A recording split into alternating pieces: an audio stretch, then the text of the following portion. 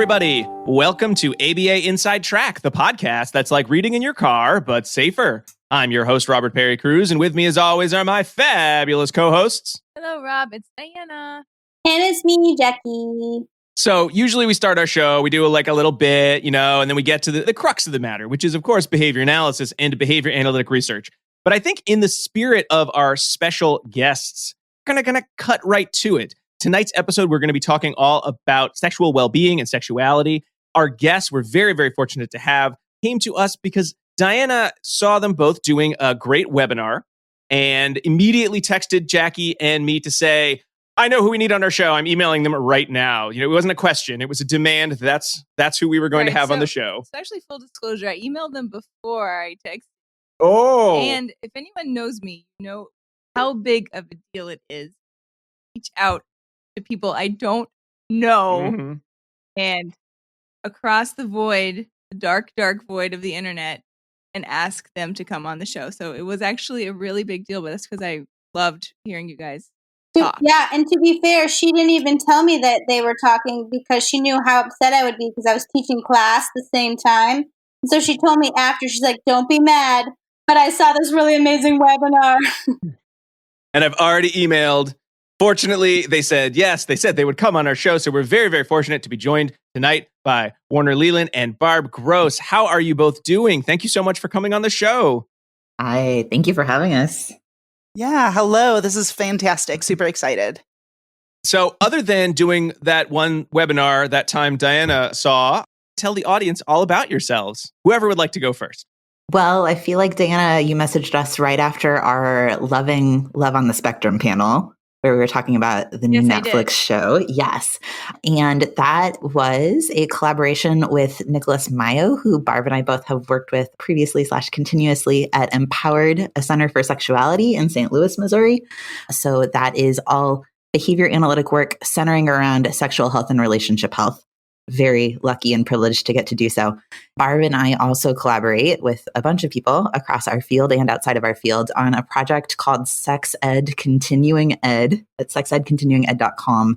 And our core focus is connecting folks with spaces to get dual competence in sexuality, but also neurodiversity at the same time. So many folks in our field serve autism and other developmental disability populations that maybe don't have a strong sexual health or relationship health background, but then vice versa for the sexual health field. There's usually not a whole lot of information or educational guidance around neurodiversity. So that is something really important to us. Barb, do you have stuff you want to add?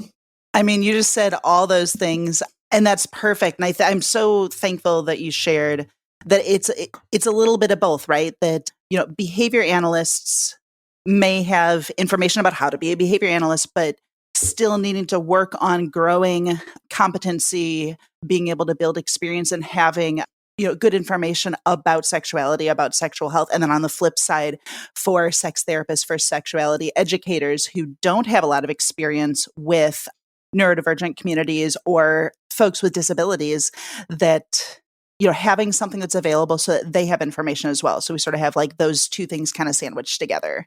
Excellent. I just have to ask, how did this become an area of interest and practice for both of you? I grew up in Massachusetts in the 80s. So the idea of talking about sex or even acknowledging its existence seems very scary and odd to me. So for this to be a part of practice, I'm sort of embarrassed to say it's still something that kind of blows my mind. Like, wow, you're right. That is a component of practice we should be looking at. I would love to hear about that background for both of you. It's funny because I had to do a lot of thinking about, how on earth did I end up where I am? And sexual health is something that for whatever reason is something that I've been interested in for a very long time. And I think it's just because when I was younger, I really liked reading. My mom had this really big, thick book, and it was like the Encyclopedia of Women's Health. So I would just flip through that because it was great. And there was like all this information and like there were statistics. I was like, this is cool. And I should have realized like at age 12 that there was, something kind of wrong with me there. That I was really into that. But it ended up being sort of a key master, as it were, for like having that information to be able to share with people was really cool.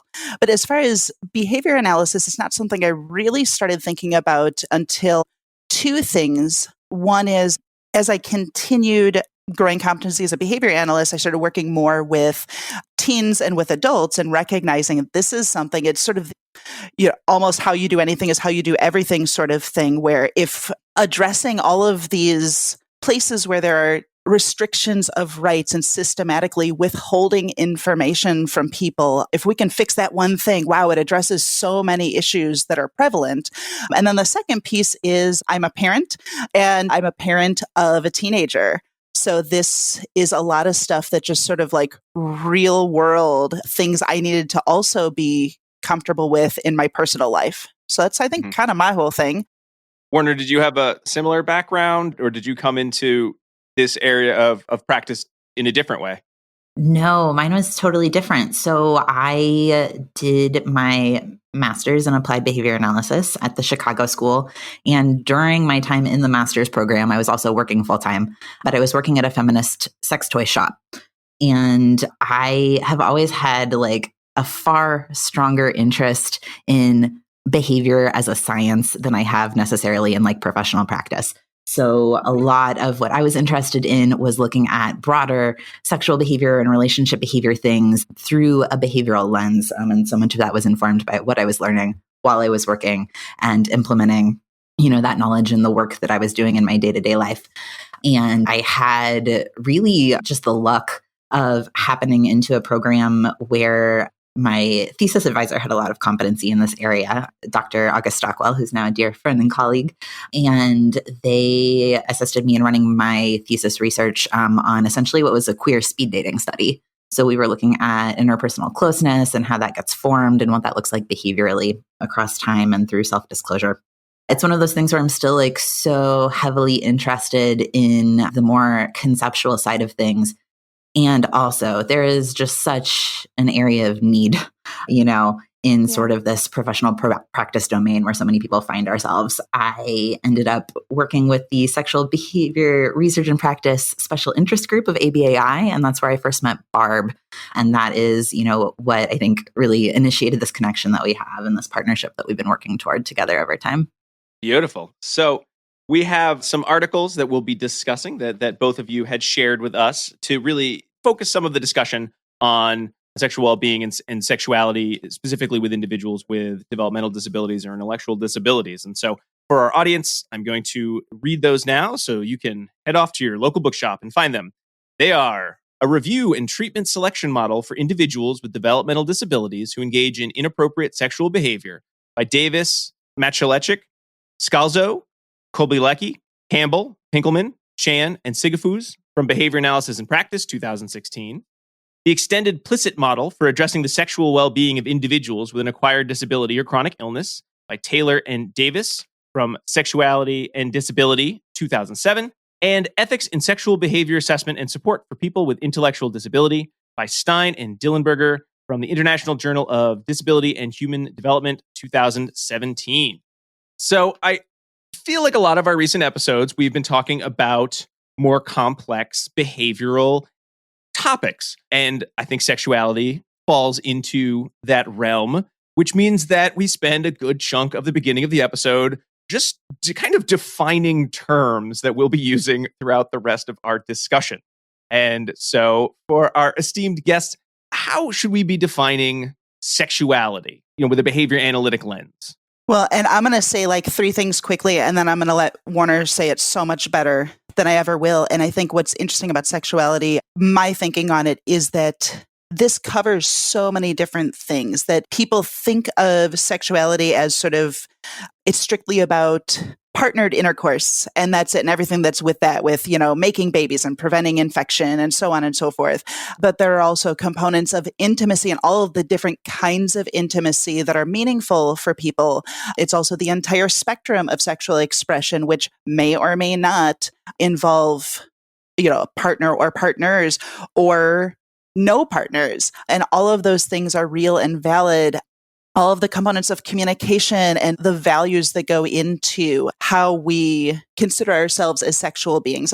There's this list of and more and more and more, and all of these pieces are all part of this big umbrella. And Werner, I'm going to let you jump over if that's okay. Absolutely. Yeah, all of that is so accurate. And like just a pinpoint, truly. But thanks for making that so concise. Yeah, I feel like when I talk about this, I tend to split terms because there are so many interrelated concepts. So a lot of what we talk about is sex as a behavior that people engage in, whether that is respondent or operant behavior and all the things that go into that. But then concepts of gender, so how you identify, yourself in the world and those gender identity, components that you hold, and how that gets expressed, and then sexuality on top of that. So our attraction to other people based on our concept of gender, their concept of gender for themselves, and the interplay of all of those things. So all of these are like different subsets and, totally different functions of the term or terms that we're using. When we talk about sex as a behavior, though, it gets complex because there are concepts of topography and there are concepts of function. So even in these articles, y'all go out and find them and read them, which I encourage you to do. Even what's talked about as sexual behavior, often the function doesn't necessarily appear to be sexual. What's talked about is cultural and societal discomfort with a behavior that doesn't really necessarily have anything to do with sex per se, even though it might look like it on the surface, or have, comparable things that cause people sexual discomfort. Yeah, so it's so complex and there's so much to consider. From my own experience, talking about sexuality in terms of professional practice, it is something that has come up, I think, more recently in the past few years, especially in working with individuals with developmental disabilities. But having looked into just the research and the practice for a longer span of time, could you talk a little bit about what that sort of path has been over the past, few years? How has it been different talking about sexuality, sexual expression with a variety of individuals in the past, 5 years, 10 years? I mean, I would think it almost would shift on a monthly basis, just how quickly so many changes have had, or maybe that's just my assumption. There are a couple of things that come to mind for me. One, first is that I think within the community of behavior analysts specifically, as all the 3-year-olds that are getting into first steps and whatnot are becoming older and are becoming 13, 14, 15, 16-year-olds, aging out of the school system, providing services in adult settings, I think that's part of why none of this behavior is new. I think that people are more attuned to it just because there's just greater exposure to it. And I think as far as our perception of what we should be doing or what we shouldn't be doing in response to sexual, or as Werner said, sexual appearing behavior, I don't know that I can confidently say that there's been a significant change in the way that we are providing education or developing effective and ethical interventions as a response. Yeah, I would agree with that. And I would also say, I feel like things aren't changing and they are changing. It's hard to see it in the literature, especially our field specific literature, because this is stuff that, to ethically be engaging in research inherently moves slowly. There are not a lot of folks that have the competence to be engaging in this research. And I do feel like, though, when we see sexual behavior talked about within our field, that I have seen, just anecdotally, a huge shift from this concept of this sole focus on what we tacked as inappropriate sexual behaviors, and a shift in recent years toward human rights and an understanding of the fact that, a lot of sexual human rights absolutely do apply to folks with intellectual and developmental disabilities, and that all of the variability of, the spectrum of what sexuality is and the things that it can encompass also apply here. So to say that, sexual health within this field and within this community, is solely focused on reducing quote unquote problems or things that are inappropriate is so limited. And I feel really heartened that we are seeing folks start to move away from that. And I'm sorry, I'm just going to jump in with another thing that I'm thinking is, I also wonder, and again, because there is a dearth of research and anything we can point to for this, that it is also probably highly contingent on location, that places that tend to be more overall affirming of human rights and access to healthy sexuality and access to comprehensive sexuality education, that those communities, there may be a greater affirmation of rights than there would be in places where, abstinence-only education is still the norm. It does seem very odd to be thinking about sexuality and sexuality research, because probably up until a year ago, I think most of the articles I would have seen or talks I would have seen would have really focused, like the Davis article, on, like you said, sexuality. We need to be worried about all the problem behavior that can stem from sexuality and how we're going to treat that problem behavior, rather than having a focus on the education aspect. What would you say are really the key, if you had to pick, like you have to train 3 areas about sexuality with any individual, what would be the areas that you would want others, educators and others and parents to be focusing on these days? Like, what is most important when it comes to sexual well-being and sexuality? So for me, the first is always consent and assent and bodily autonomy, sort of like lumped together. And this is something that happens way before sexuality becomes involved, right? Or any sort of sexual behavior. Like, this is stuff that we can and should be teaching from birth, that you have autonomy in your body, that if you are indicating withdrawal of your assent, we're going to honor it. This is something that should be, happening in families and with peers. It should also be happening in our practice settings, so getting rid of these compliance related goals and focusing instead on the opposite, this concept of your ability and right to say no to something, and having that honored consistently is just huge for me, because it's that underlying skill that without it, how are we going to build on that in any meaningful way around sexual health? I'm into that. And then I think what comes after that, or comes with that, in my mind is, so for people to be able to have the opportunities and also to have the experiences that would be necessary in order to be able to identify. And again, I think this transcends talking about sexuality. This is just like a thing that people need to be able to do, to be able to identify what you like and what you want, and be able to communicate your desire for it in a way that's clear, which, obviously first means being able to know what your options are. For me, that's always going to come back to being able to have access to comprehensive sexuality education that's accessible and that's designed in a way that is able to be comprehended, and also is designed in a way to promote learning and being able to take that learning and apply it to life. I really love that point, and I don't think we can stress it enough, because I know that a lot of new practitioners are listening to our show, and I think they've never really thought about non-compliance and compliance in that way, right? So especially if you're working with younger students, I don't think they've thought about teaching students to advocate for themselves across the board to prepare them for young adulthood. And I just wanted to really drive that home, because I think it's so salient. Yeah, absolutely. And that piece of being able to effectively advocate for one's boundaries. So being able to say no, it is a primary protective factor against sexual abuse. Absolutely. And I feel like so often within our education formats, we get behavior modification education instead of behavior analytic education.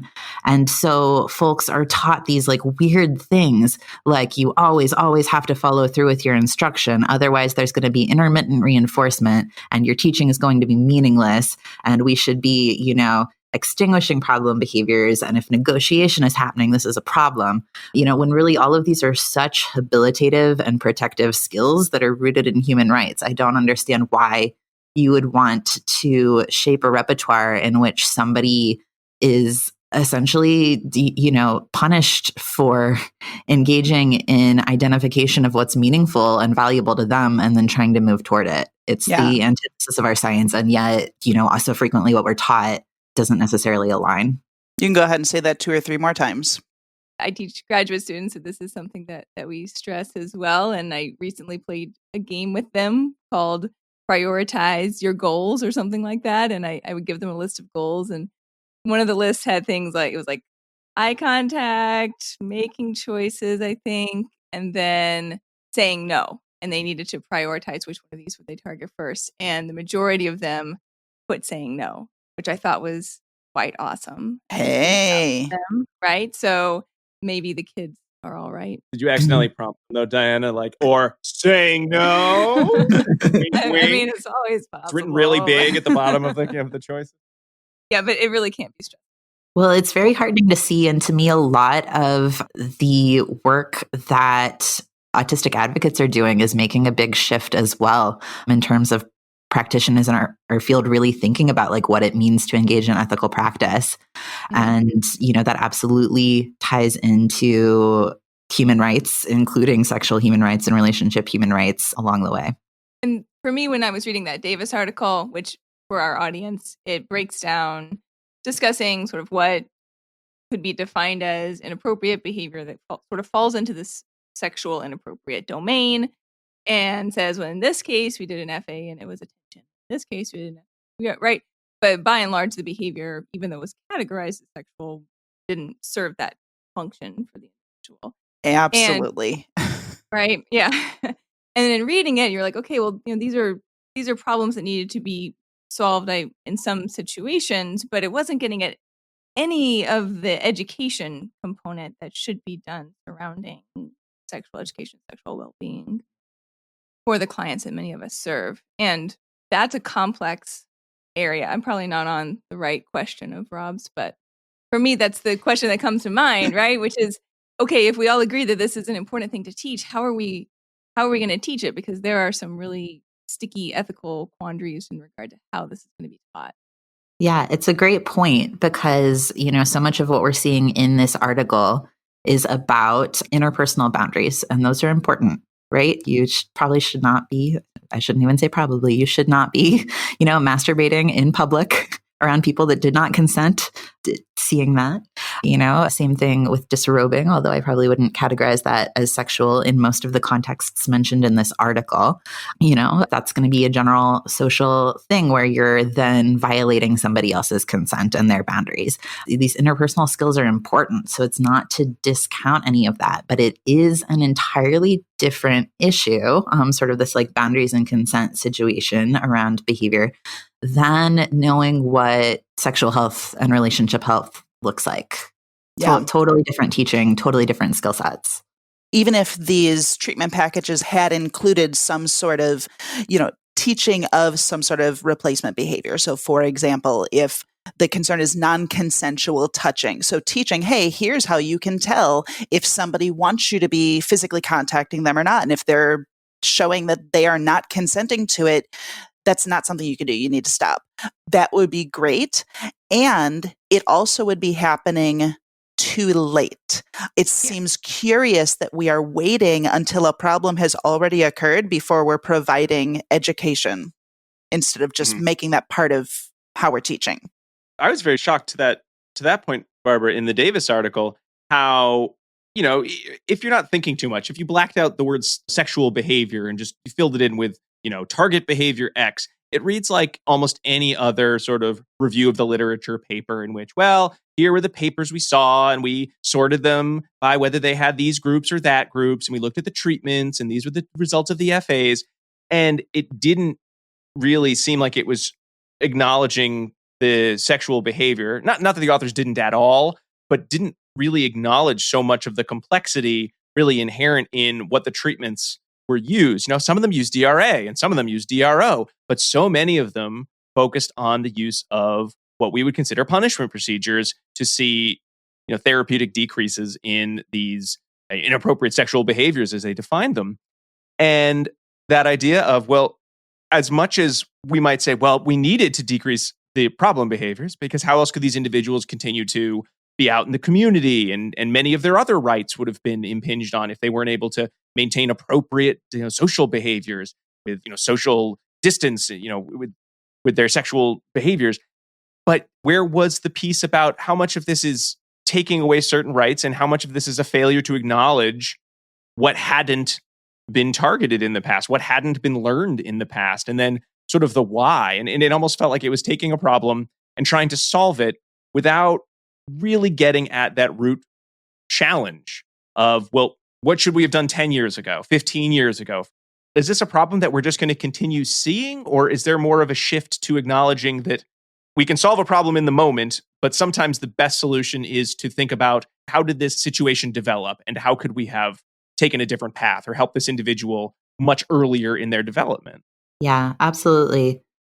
Well, and to me, what comes up here is exactly what you're saying. Like a lot of the identified function doesn't necessarily have anything to do with sex. And, reading this through the lens of my own learning history and education, which has involved both behavior analysis and sex education, I agree with some of it. Some of it I don't. I feel like there's probably, a lot of sexual considerations that are just like being missed or not captured by the researchers here.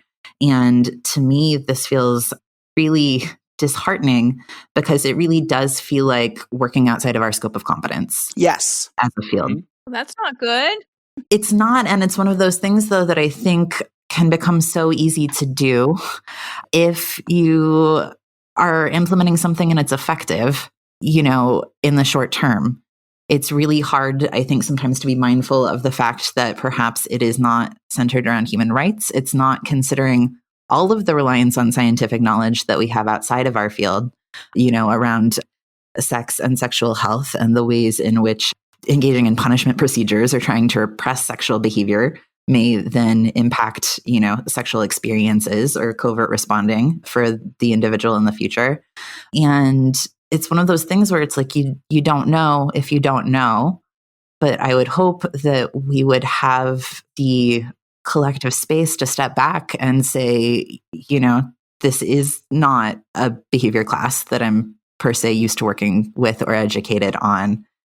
Perhaps I should be looking outside of specifically the behavior analytic literature to see what's out there, because there's just so much. And the things I see coming out in our field continually dishearten me because it's like, I know things you could have cited and I know people you could have collaborated with, and it's not like it's not out there. So it's to some degree a willful ignorance and a hubris on our part. And I think it's really doing a disservice to us and a disservice to our clients. And then a disservice to the field because, when we tell people to rely on scientific knowledge and they trust the education that they're getting when they're seeking, sexual behavior information within our field, how are they then going to know not to parse this out or not to take it at face value? I'm glad that you said hubris. I think that was an excellent choice of words. And I think about there are even things, so looking through the cited studies in the Davis article, even places where there is a teaching component, we're teaching functional communication, we're, teaching demand for attention. Well, great. And I don't know about anybody here, but if you are a person who's been interested in, in making a sexual advance or a romantic advance toward another person, it's probably like topographically a little different than if you're asking a teacher to talk to you. Right? Like those are different things, even though it still falls under the function of attention, it's a different kind of attention. So without having that awareness of, and, dare I say, training in and opportunities to really practice being able to parse out these pieces of what relationship seeking behavior can look like, then we do the people that we're supporting a disservice by just deciding, first of all, behavior is behavior, which is untrue. And also that attention is attention, because it's not. 100%. I'm a little sad, though, because I've worked very hard on my hubris over the years. So I think this brings up the point that you're both making in terms of what are the other resources and what else is out there. And I know for a lot of practitioners, especially newer practitioners, the idea of who outside of my field will I contact for more information is hard on its own. I think even for someone, I'll just speak for myself. I don't want to speak for Jackie and Diana because maybe they think this would be super easy to find. But the idea of trying to find someone who is an expert in sexuality, I sort of pause. Well, who am I going to find? Is this like the certified sexual education kind of teachers that Stein and Dillenburger are talking about? Are you speaking more like social workers or just behavior analysts who have extensive experience already working with individuals from other fields?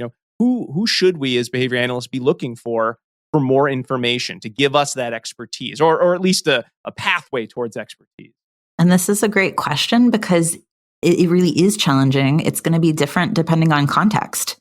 Sometimes, a sex educator is going to have everything you need. And sometimes there are going to be behavioral components that are totally outside of their scope. And like partnering with them alone isn't necessarily going to leave you both anywhere useful to your client per se.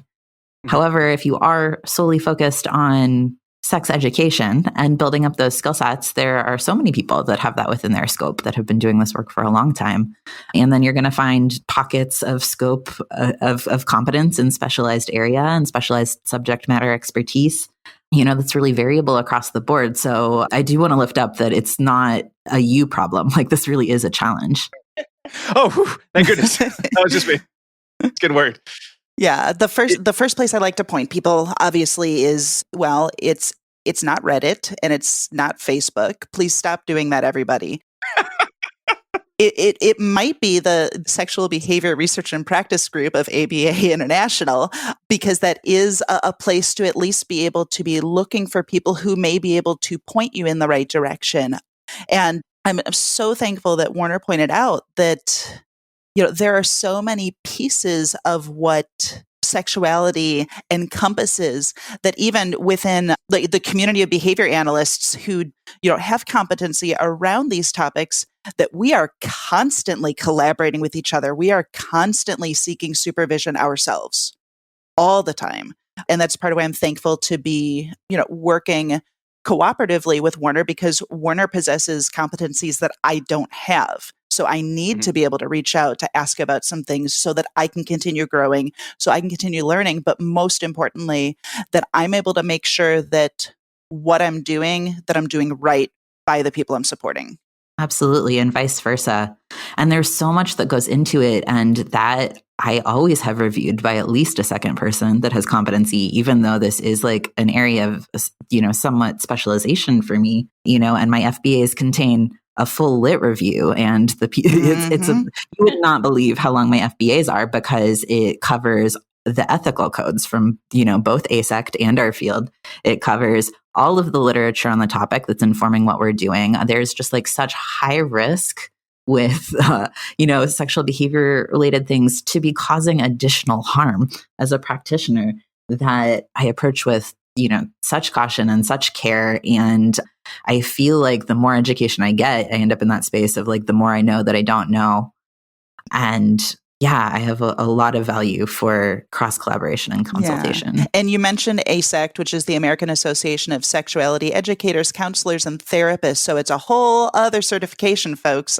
That's something that also has value that, I think we've said a couple of times already, is that there are individuals who are not behavior analysts who have information, who have research-based information that we can use to inform our practice.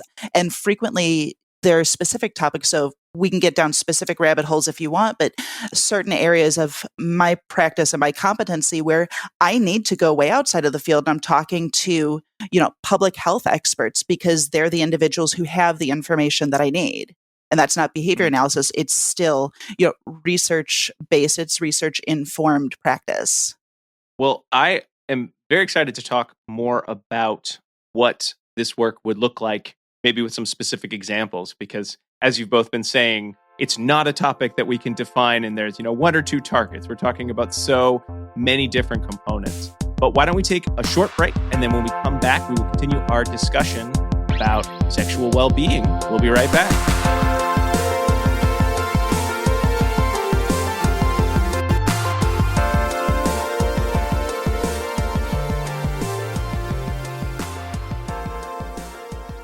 Do you want to be a BCBA? Sure, we all do. Now you can come to Regis College in Weston, Mass. to get your graduate degree. Choose from any one of these courses. Masters of Science in Applied Behavior Analysis. Masters of Science in Special Education. Dual degree in Special Ed and ABA. Or be eligible for your postmaster's certificate. You can complete your degree and be ready to sit for the exam in 2 years. And our 2017 grads had a 100% pass rate on the BACB exam. Come enjoy practicum placement support, ethics mini handbooks, PhD level professors, small class sizes, and a service trip to Iceland.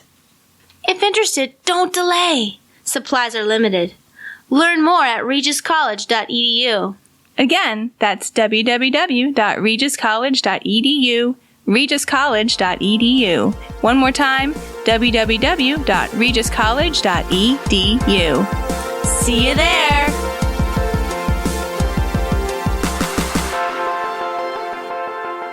Hey everyone, before we continue with our discussion with our very special guests, I wanted to make sure you all remembered or heard for the first time, if you're a new listener, ABA Inside Track is ACE approved. By listening to the show, you're able to earn 1 learning credit. Huzzah! All you need to do is finish listening to the episode and then go to our website, abainsidetrack.com/get-CEUs, GET-CEUS, and enter in 2 secret code words that we've hidden throughout the episode. The first of those code words is pumpkin, Pumpkin. It's that gourd-shaped orange thing. It's a fruit. You could make a spiced latte out of it. Never heard of it. You can carve it to make a jack-o'-lantern. You could make a carriage out of it to go to the Prince's Ball, perhaps. Pumpkin. And now, back to the show. And we are back talking about sexual well-being with Werner Leland and Barb Gross. Before we took the break, we were sort of talking about collaborating with other individuals and reaching out, because behavior analysts, I'm shocked to hear, did not have all the answers in relation to working with individuals about sexuality. I'd love to go back to our discussion that we were having about the idea of consent and really the complexity sort of inherent in teaching consent, educating about consent, helping individuals deal with challenges around consent. So if we were to think of, working with, say, a client who was either struggling with this concept or we were concerned about their ability to provide consent and we wanted to, maybe develop, I feel like saying a program about consent is really not the right way to phrase it. But what might a process like that look like? What would the average behavior analyst just have no clue about based on your own experience of, how complex that issue could be? What other resources would it be looking for? What other kind of wrinkles in that treatment would just sort of thinking about it as a series of here's the task analysis for consent wouldn't capture? Because I'll be honest, I would have just written the task analysis for consent and been like, all right, we'll go through this and totally missed the point. I'm very aware that's not the right way to go. It's a great question. Barb, do you want to start? No, I'm going to start.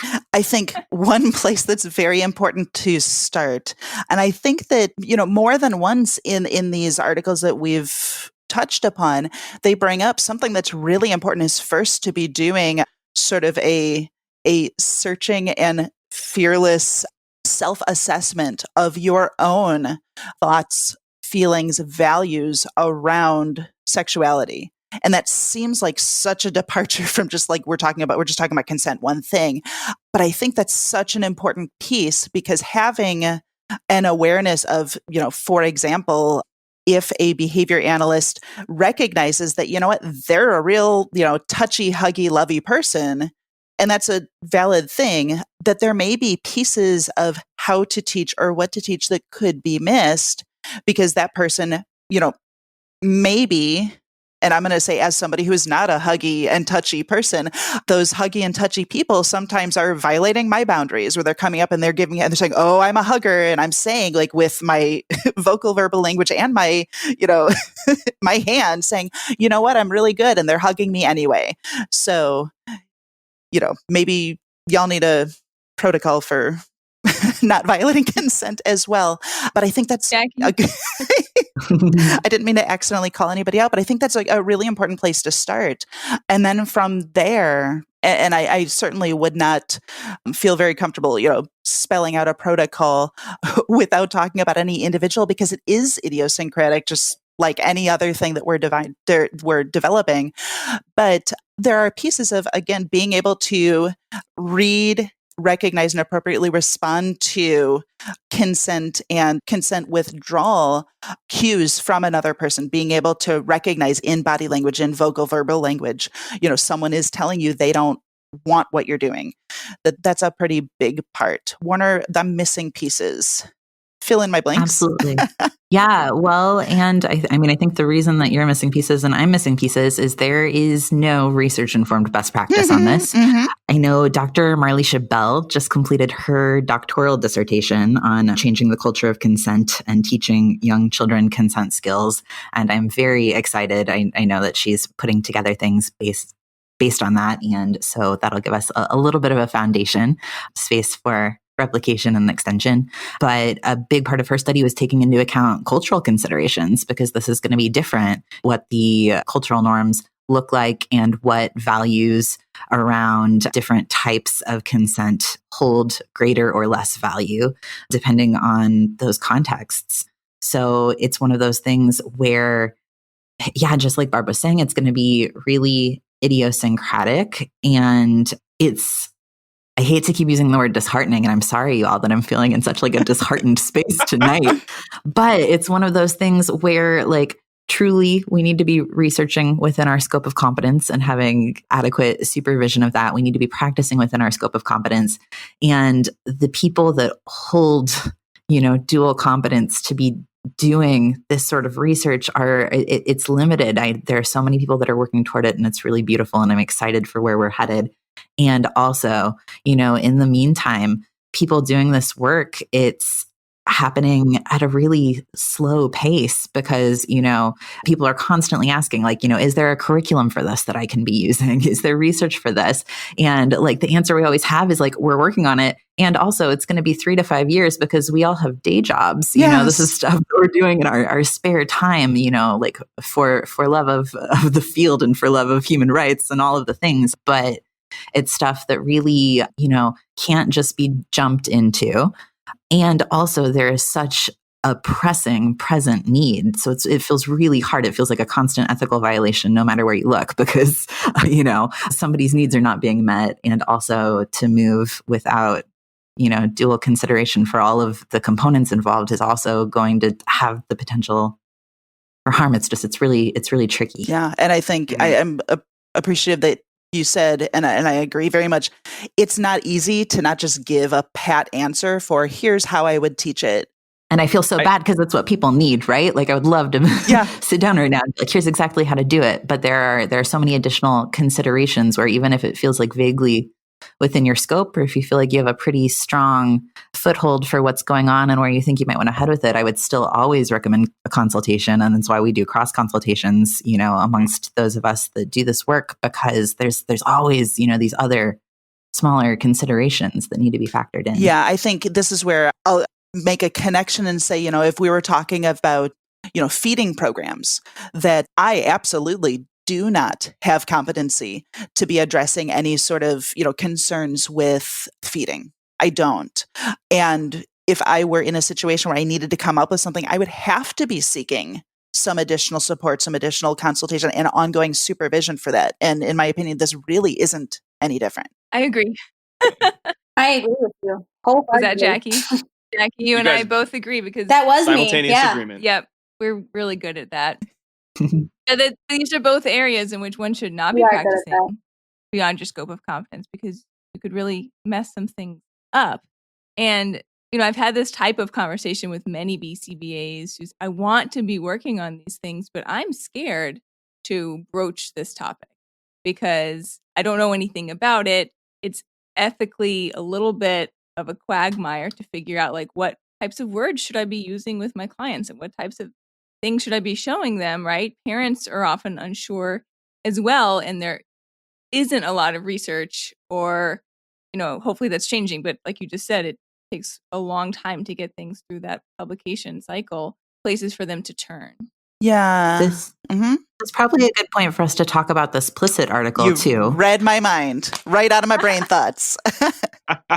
Love it. Yeah, because this is something that we're seeing, right? Like it's so complex that even like a standard decision-making model of, where you should go and how, if you can tell something is in your scope or not, is going to be really, really variable depending on the context of what you're looking at, across clients and across contexts, even if topographically things might look really similar or seem to be under similar domains. So this is a paper that's talking about using the PLISSIT model, which is a sex ed model from the 70s from Anon, and moving it into other domains. I know Barb and I are working on, in the cajillion projects we have going on, adapting this for behavior analysts as well.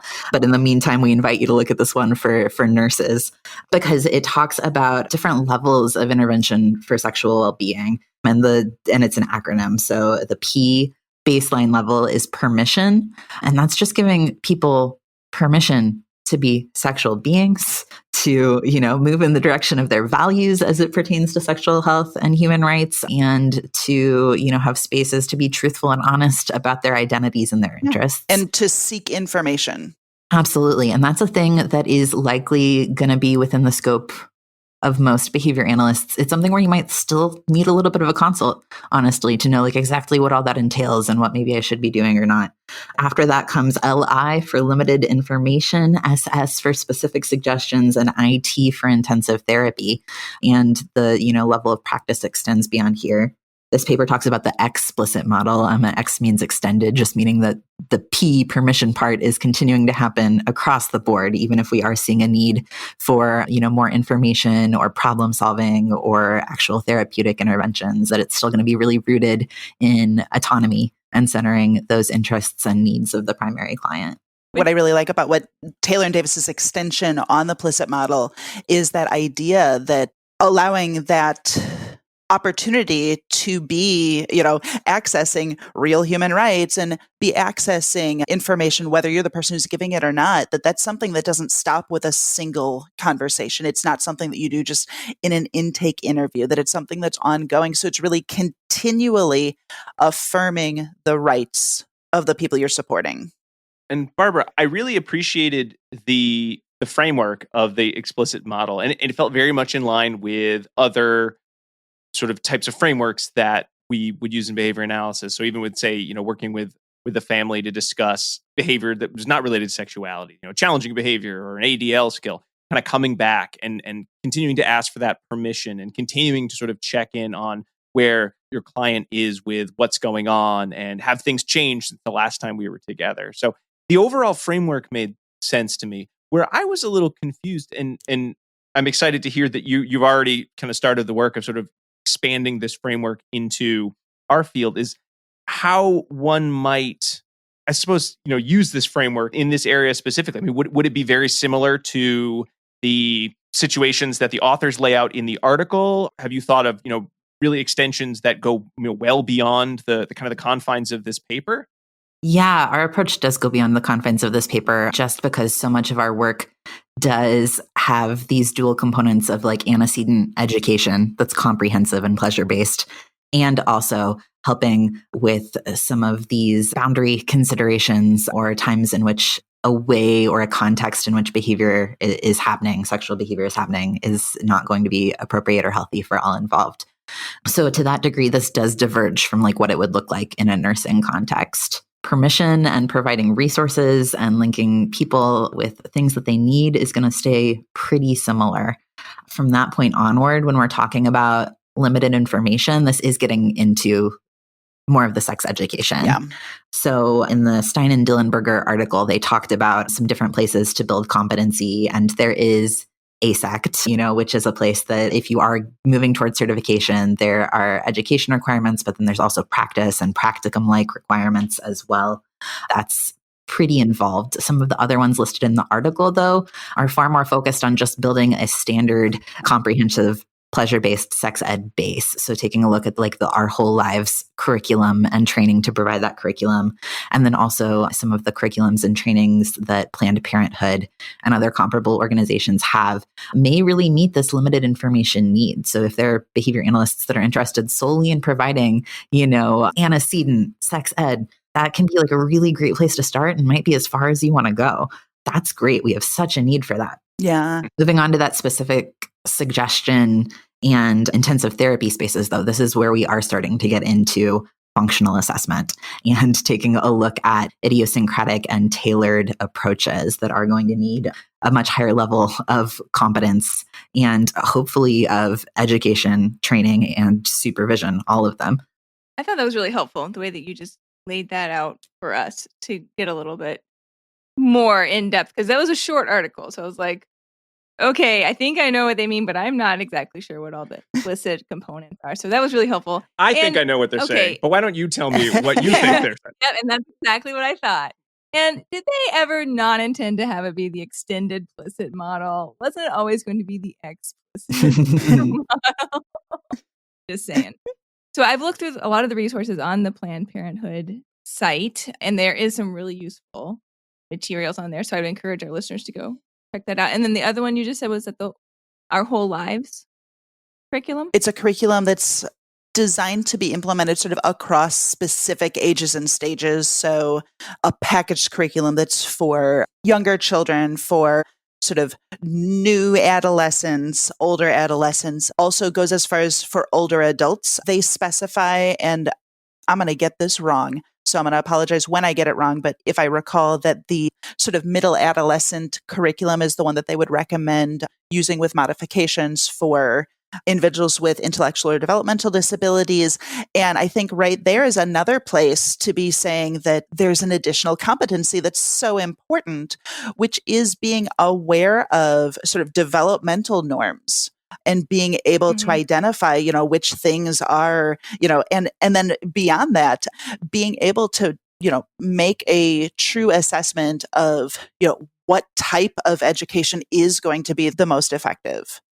The magnanimity of the things that need to be known is really like weighing on me.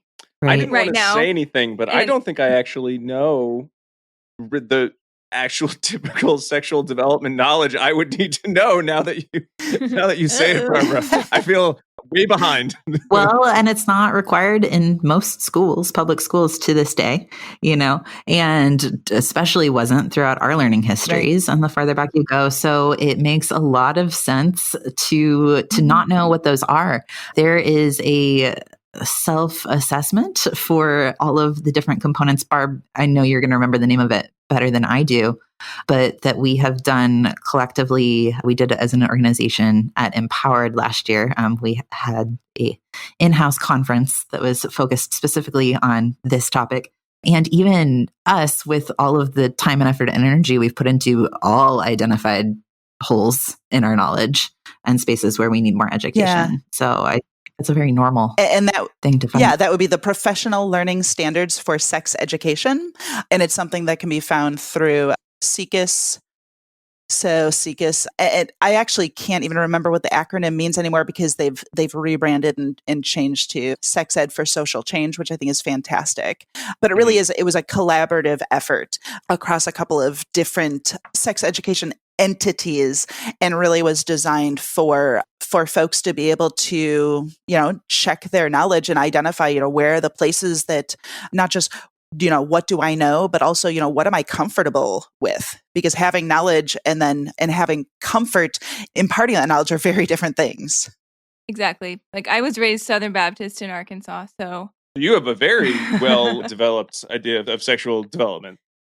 Right. So, just even imagining having a conversation with family about what should be taught, it feels way outside of probably my current verbal fluency, let alone competence. One thing of note about the Our Whole Lives curriculum is that it is put out by the Universal Unitarian Church. And so it does have accompanying guidelines for talking about all of this through the lens of faith as well, in ways that are pretty adaptable based on faith. If folks are interested in that sort of limited information level of education. But even if you're not, even if you're just interested in that P of the PLISSIT and linking folks with resources that are going to be meaningful, I highly recommend a website called kidsask.org. Yeah. It is through Planned Parenthood and was created by a board-certified behavior analyst.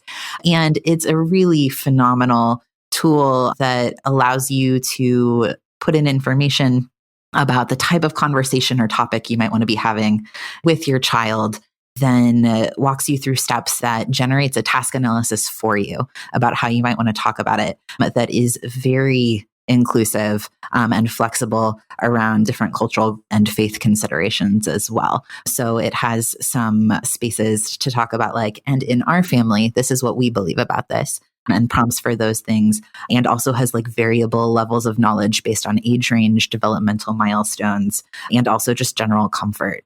So I think that is a great thing for behavior analysts, if you are not totally sure how to hold these conversations, to take a look and, play with as a tool, but then also to share with the folks that you serve as well. Yeah. What an excellent resource to both be able to gain some information for yourself, and then if you don't have it, and then also to share with others or have some good information and how it can be presented in a variety of ways. That's excellent.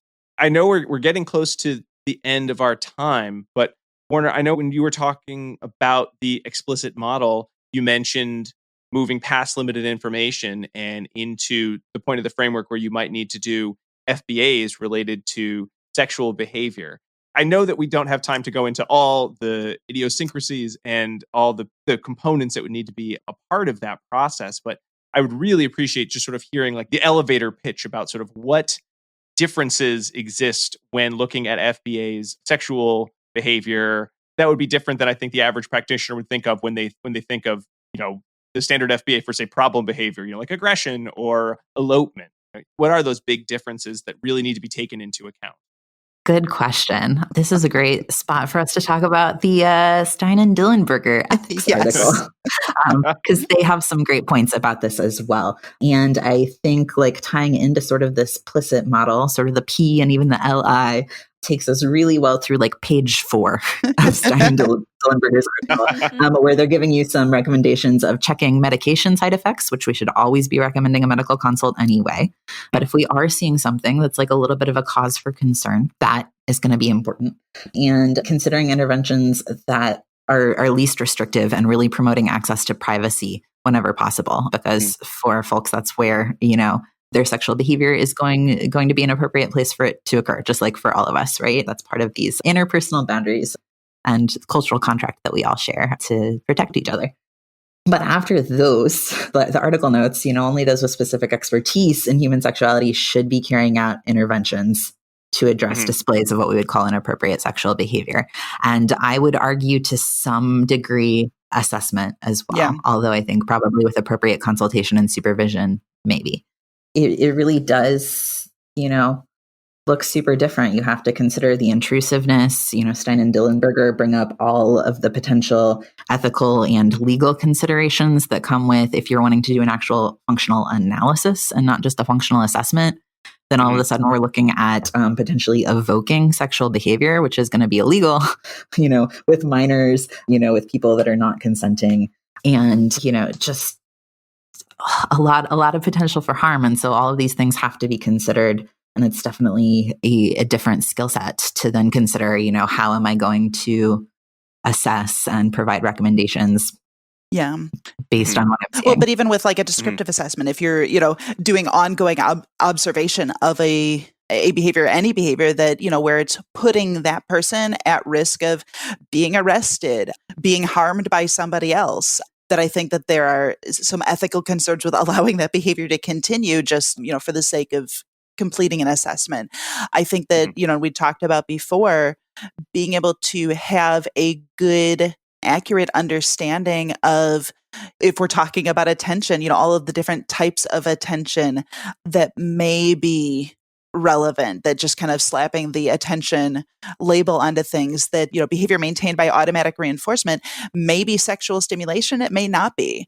There are a couple of, places in the studies that the Davis article mentioned, so specifically about, disrobing in order to access a change of clothing, right? So probably not sexual. Like, I changed my clothes and I promise it's not a sexual thing. It's just like, I need to have clean clothes.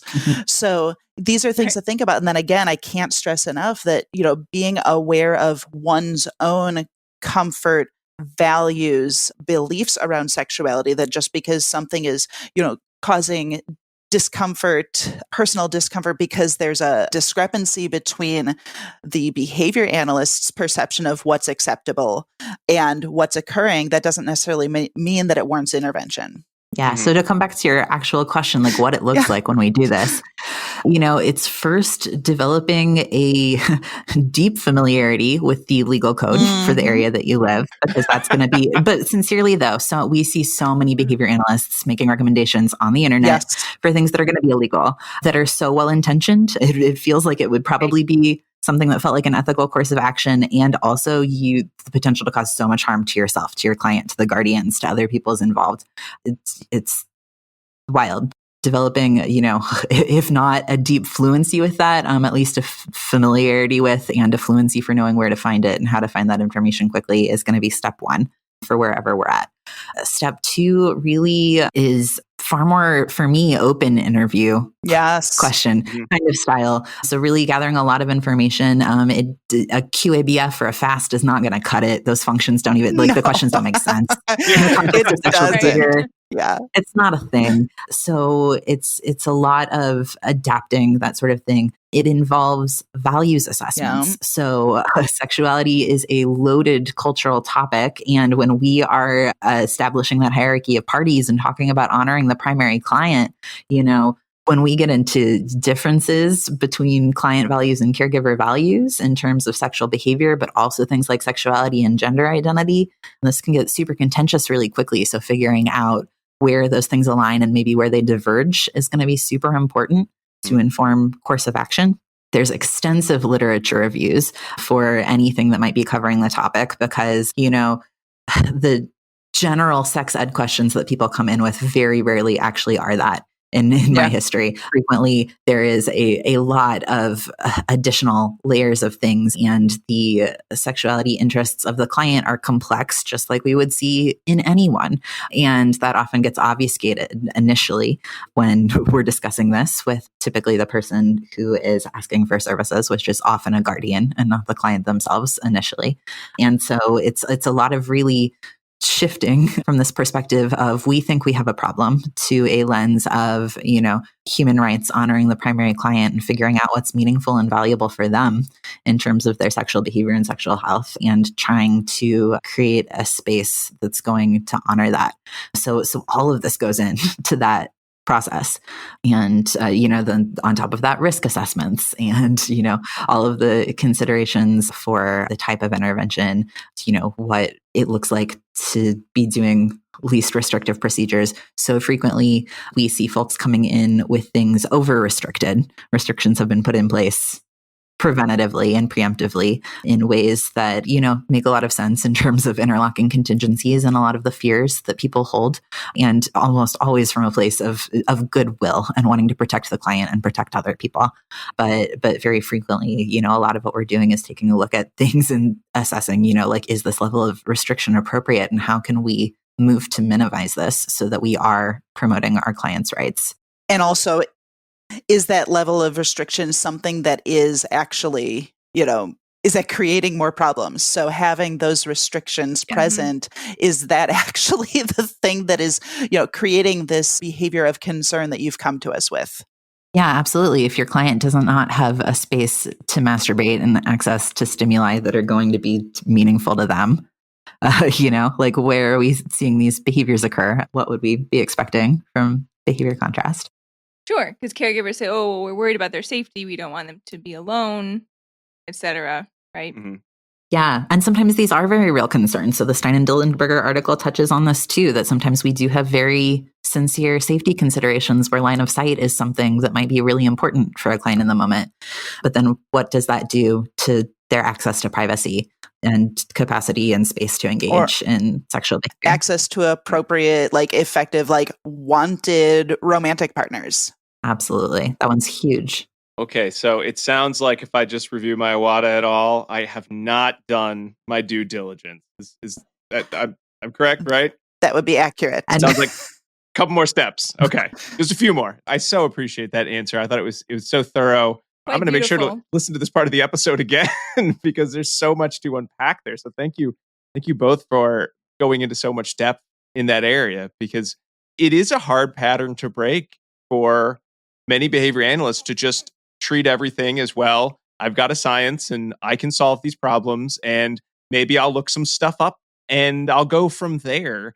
And just how many nuances and just areas of expertise are going to be missed without taking those extra steps and you're really doing your homework and doing that due diligence and reaching out to other practitioners and looking at what has been done and knowing, just even the legal codes. I mean, I know you both probably think about that more frequently, but I rarely am thinking about, I wonder what laws might be, at play with, the standard, FA methodology. Yeah. It just doesn't come up that much.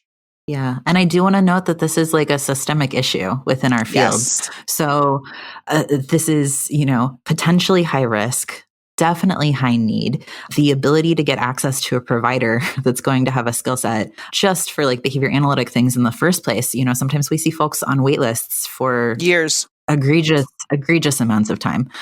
And then to think that something high risk is happening and, you know, who knows how long it could be before we find access to somebody who has the competency to assist here. Like the establishing operations make a lot of sense for why, you know, we would see folks perhaps attempting to offer some sort of something.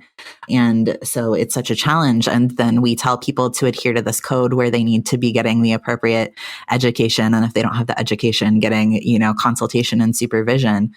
But so frequently what we see that looking like, if people bother to do that at all, is like a consultation, maybe an hour, you know, and then doing their best from there and hoping for the best. And that's baffling to me because the level of ongoing supervision needed to not cause harm in some of these very serious scenarios is high, just like anything else. If you know, had no experience with verbal behavior analysis and you had someone, you know, talking to you briefly for an hour about it and then attempting to go out and run programs with clients for the next 6 months, we would all agree that this is not something that we should be encouraging. And yet it's something we see happen so frequently when it comes to sexual behavior within our field. And we don't have really great contingencies in place for moving away from that. You know, there's no real way to bill for this level of supervision right now currently. And sadly, like finances so deeply impact the decisions that so many people make. You know, time is limited for everyone. So it's really challenging to encourage people to act ethically and move forward ethically when systemically we don't have a lot of things in place in the environment to support that. But think about that, though. Like imagine a world where, and I mean, regardless of what the area of competence is, where there is a way, there's a system in place to be able to reach out for ongoing support with a specific issue and how much impact that would have on quality of lives for the people we're supporting. That's like Barb and I do. Yeah, we do a lot of envisioning about what this field could look like. Because we deserve better and our clients deserve better. And this isn't sustainable. What we're doing is not sustainable. Well, it sounds like we've already sort of moved into the section of the show we call the dissemination station, where we sort of sum up what we've been talking about in our conversation and sort of talk about kind of some next steps for the listeners who are practitioners, and they don't have to be simple, but certainly some next action steps for the majority of individuals to take from the viewpoint of our expert guests here. I usually do my arriving at the train station, but I think you're already here. We'll wait. Here we come, I'm waiting here. I'm waiting with the conductor. Right. We're having a chat. All right, here it comes. Oh, good. Whew. That was a close one. We won't disseminate without that sound effect. So, Barbara and Werner, what are the next steps? What do you see as next steps, maybe for yourselves professionally, and then also for practitioners to take in regards to this area? Or for research in the field, yeah. So many things. I think, if I could, sort of lay out my hopes and dreams for the field, the first thing is for people to really honestly recognize that this is an area where you may feel like you have competency, and if you feel real confident about that, odds are you probably don't, and that's okay. And I think that first piece of recognizing when there's still stuff to learn is great. Please learn things. Reaching out, getting connected with entities within the behavior analytic community where you can get ongoing support, ideas of where to be seeking additional learning opportunities. That's great. I already brought up the Sexual Behavior Research and Practice SIG. Werner brought up Sex Ed Continuing Ed. That there are places to be getting that information. But then outside of and beyond that, for people who want to be moving into building this competency for themselves, then, adding on additional learning opportunities that extend beyond that, having at least a working knowledge of all of the components of sexuality is so important. And then being aware of enough just to know where all of those gaps will still be, because they'll still be there. And that's totally fine. That if those things start happening, that's going to be great. You mentioned ongoing projects, you mentioned research, and I'm going to sit back and let Werner take that. And then if we want to talk about our ongoing projects, I'm sure we can. My goodness, where even to start? Research first. What do we do for research? Yeah. Oh my goodness. Yes. So I think the first thing that we do is stop, truly, because the research that has come out in our field, I can't point to any study that I feel comfortable with, truly. When we look at single case experimental design, it's all folks working outside of their scope and researching outside of their scope. And I feel like we really do need to press pause on that. And I believe it was Pritchett et al. Just published in BAP social justice as the aim of our science and how it should be the aim of our science through participatory research practices. And I feel like this is important across the board in our field. I highly recommend everyone read that article. It's a wicked good article. I think it's especially pertinent here when we're talking about sexual health and relationship health, because actually impacted people should be driving the research always. So much is being missed. So many potential ethical considerations are being discounted by failing to do so.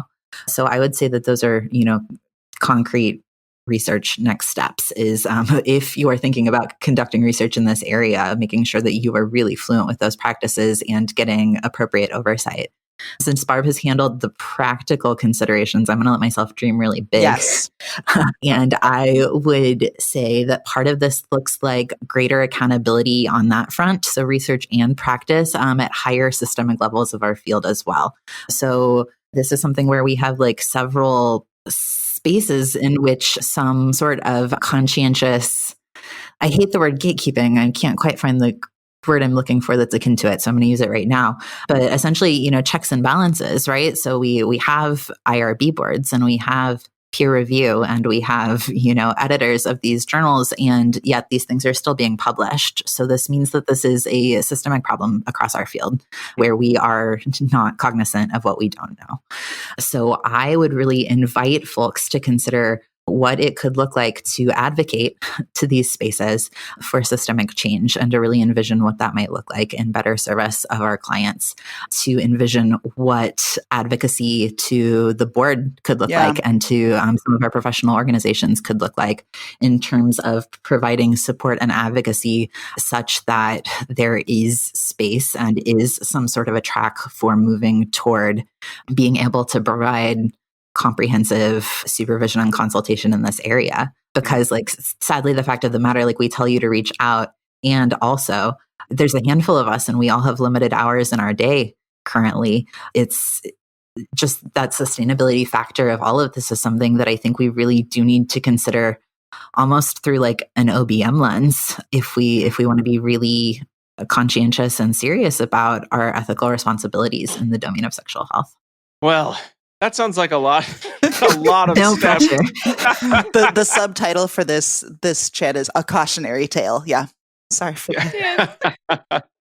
You're both so spot on in terms of, I'll take myself as being average behavior analyst and, we're going to talk about these 3 articles. I feel like I'll be about 90% of the way to understanding sexuality because we have such great guests on. And you have both been such fabulous guests, but at the same time, there's only so much that can be learned in the span of one podcast, and so much more out there, and really qualifications to work that I did not even think about, even reading the article. Like you were saying, Werner, not even having articles that speak to many of the problems that need to be addressed or that we need to be thinking about. Is sexuality sort of one of the pieces of the field that is sort of in some ways we're the farthest behind in? Because it does seem that's a whole other conversation. Yeah, it is.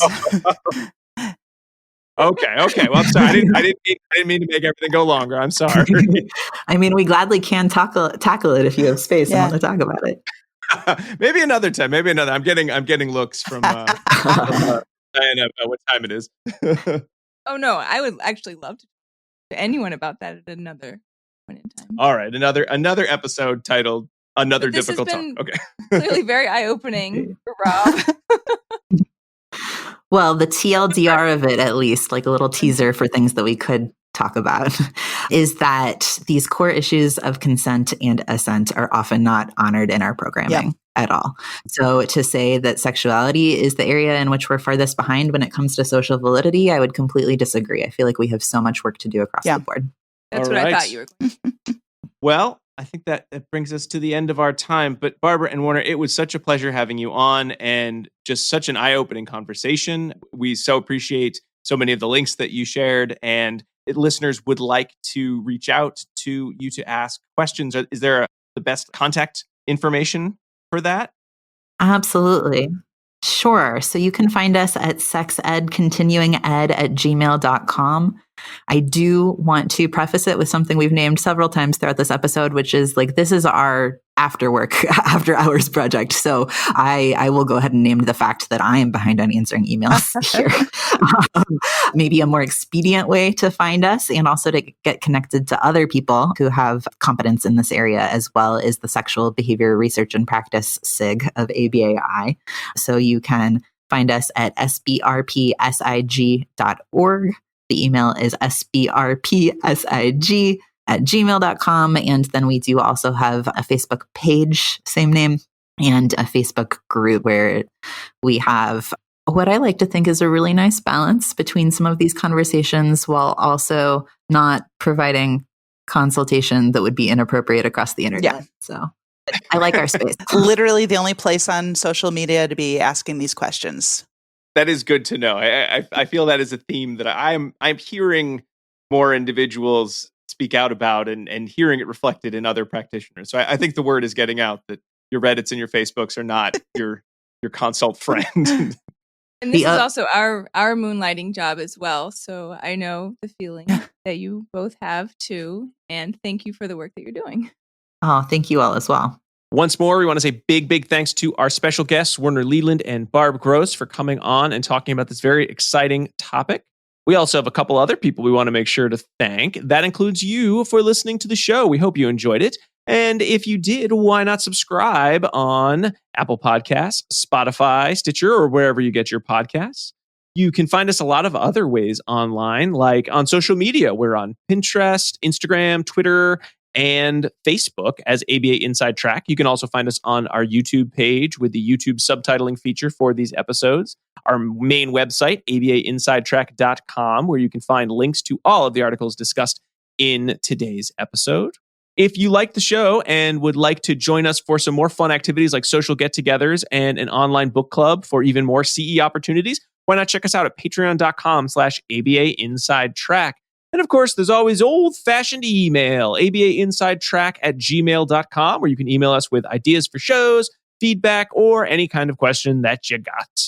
Make sure before we wrap up that any of you interested in getting CEs get that second secret code word, and it is sunflower, SUNFLOWER. That big flower with the big yellow petals. There was that hit song from the Spider-Man animated movie. Remember that? Sunflower? That was a hit. Sunflower. Thanks once again to so many folks who helped make this show, including Dr. Jim Carr for his recording of our intro and outro song, Kyle Sturry for his interstitial music, Dan Thabit of the Podcast Doctors for his editing work, and Hollis Irvin from the Sycamore Workshop for his visual designs. We'll be back next week with another fun-filled episode, but until then, keep responding. Bye! Bye.